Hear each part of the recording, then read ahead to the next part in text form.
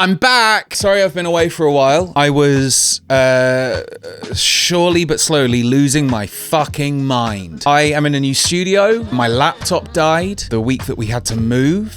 I had all of this set up ready to go and then couldn't do any of it because my laptop died. It has since come back to life, but we're just not going to talk about that because now I've got another one. But all of the album and everything is on the old one. So I've had to Frankenstein myself a system in which I can both play the Logic sessions and also film and then also record everything. I'm not good at this, but we're here. We move. The human spirit is nothing if not tenacious. And here I am. So...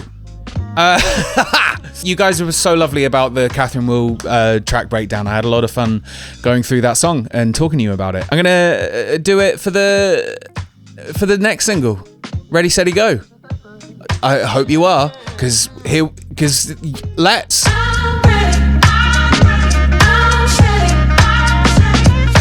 I do really love this song. I feel like that's going to be how I open every single one of these track breakdowns. So I give a shit if I'm being repetitive. This one was a slow burner. I was writing this for a while. I was recording it for a very long time, trying to get it right, playing a lot of the instruments myself. I think the only thing I'm not playing is the bass, which is done by my wonderful, brilliant, talented friend, Gio. Let's put a picture up of Gio. I love this man. He's my best friend in the world. One of my best friends in the world. Yeah, he's all over this. In the backing vocals, as well as my other dear friend Tamzine. Let's put a picture up here.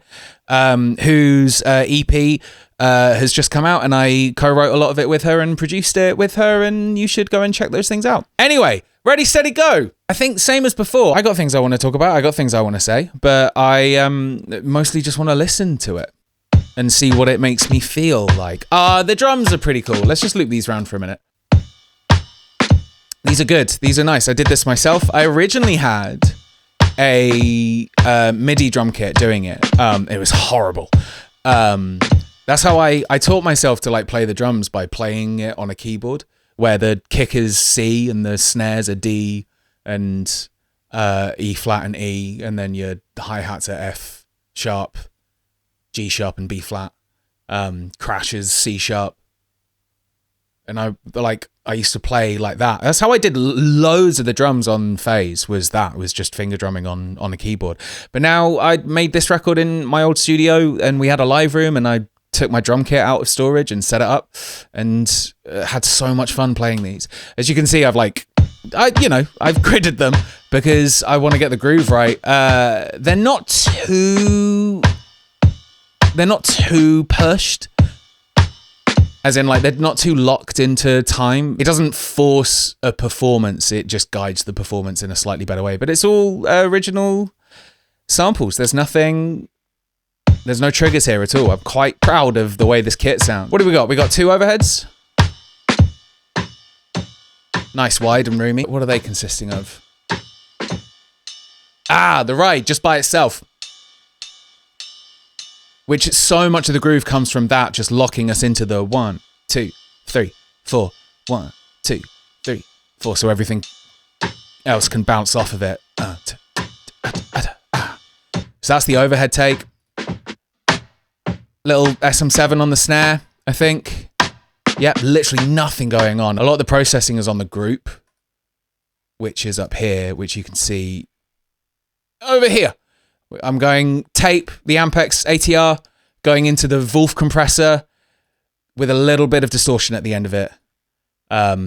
Yeah, and then ending the whole thing with this bad boy. A lot of my drums, I finished the chain with the grand finale by Clever, because it just gives this like knock sound that I was really striving for. It's a kind of very contemporary sound for drums. I think you hear it in a lot of tracks at the moment, but it really just like, I'll show you the difference. This is it with really punchy, really transient. It's got this little like something around that frequency that really kicks out, which I love. And then here it is without. Fluffy. You can hear it so much in the kick. Listen to the kick in. And with the grand finale on. Oh, just sauce. Just nothing but sauce.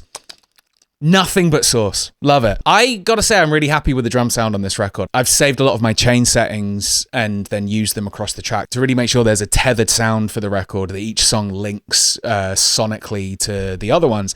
The drums are really big, important character throughout this record. I just think this sounds really good. Sets up the song so nicely. Yeah, just four elements that make that. And then we go into...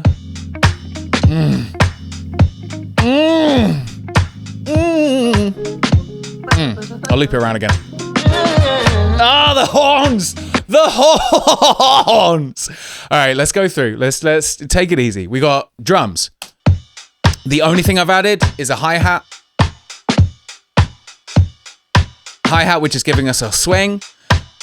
A little percussion. It's just tambourine on the 2s and 4s.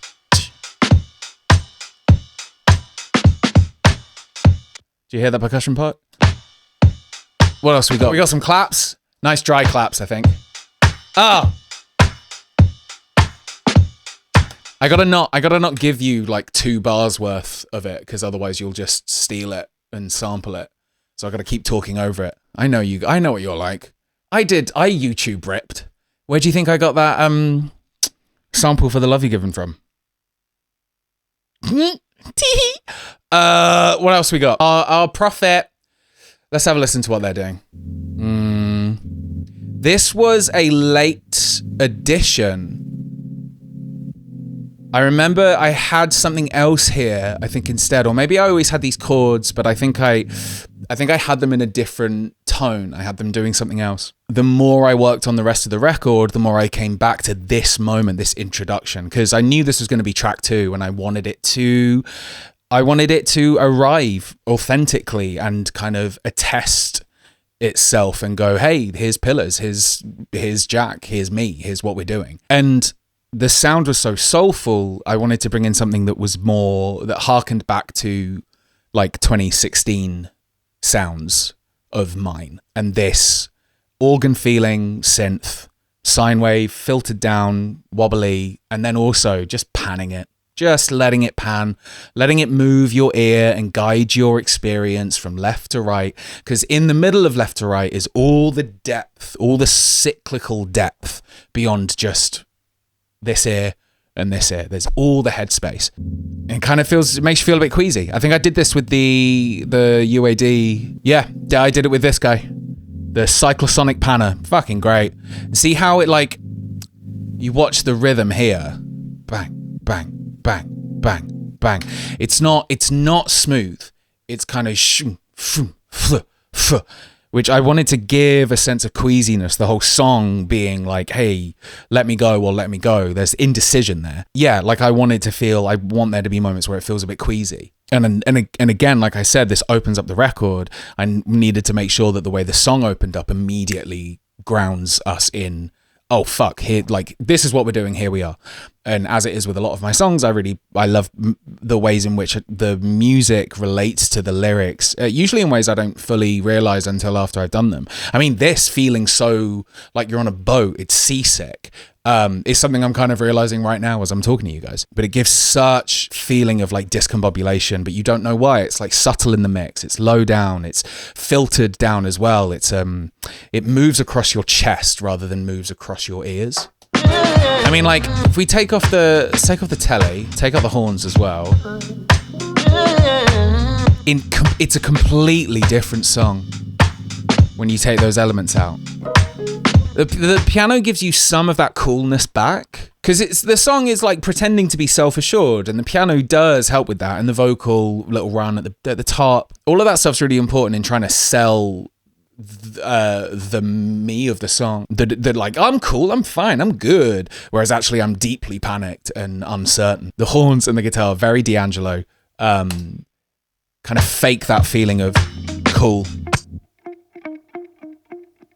I think it's just a little room on it. Oh no, there's not. It's totally dry, just plugged in, little compression on it, little tube distortion on it. Yeah, just the Culture Vulture.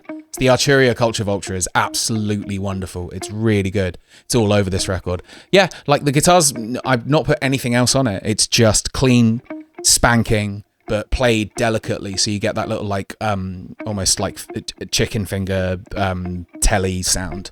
Chicken finger telly sound? Had a really good set at Glastonbury last year. And then the last thing to kind of say about this intro, at least, these horns, they just work so well. Okay, so spoiler alert, that's all me. That is all trombone. How great is that? That just sounds so good. Yeah, we're not fucking about with the panning. We're just like, you know, we're there. We are just fully left and right. We're not pretending like there's anything else to say. How many have I done? Two of the one, two of the two, and then octaved the two, and then done a third. Let's have a listen to them. Stack them up as they go. Nice. And two. And then three. And then the octave. It's great. It just works. I had a lot of fun recording them, actually. But just that. I think the thing I really focused on with this intro, because I knew it was going to be the bedrock for the rest of the song, was I had to be a band. I had to be a band, but I was playing it all by myself, apart from the bass, which was played by Gio. We recorded him in Devon last year. And then everything else I've kind of re-recorded since then, but the bass that's been the same since. He just has such a deep pocket. That boy has a thick pocket. That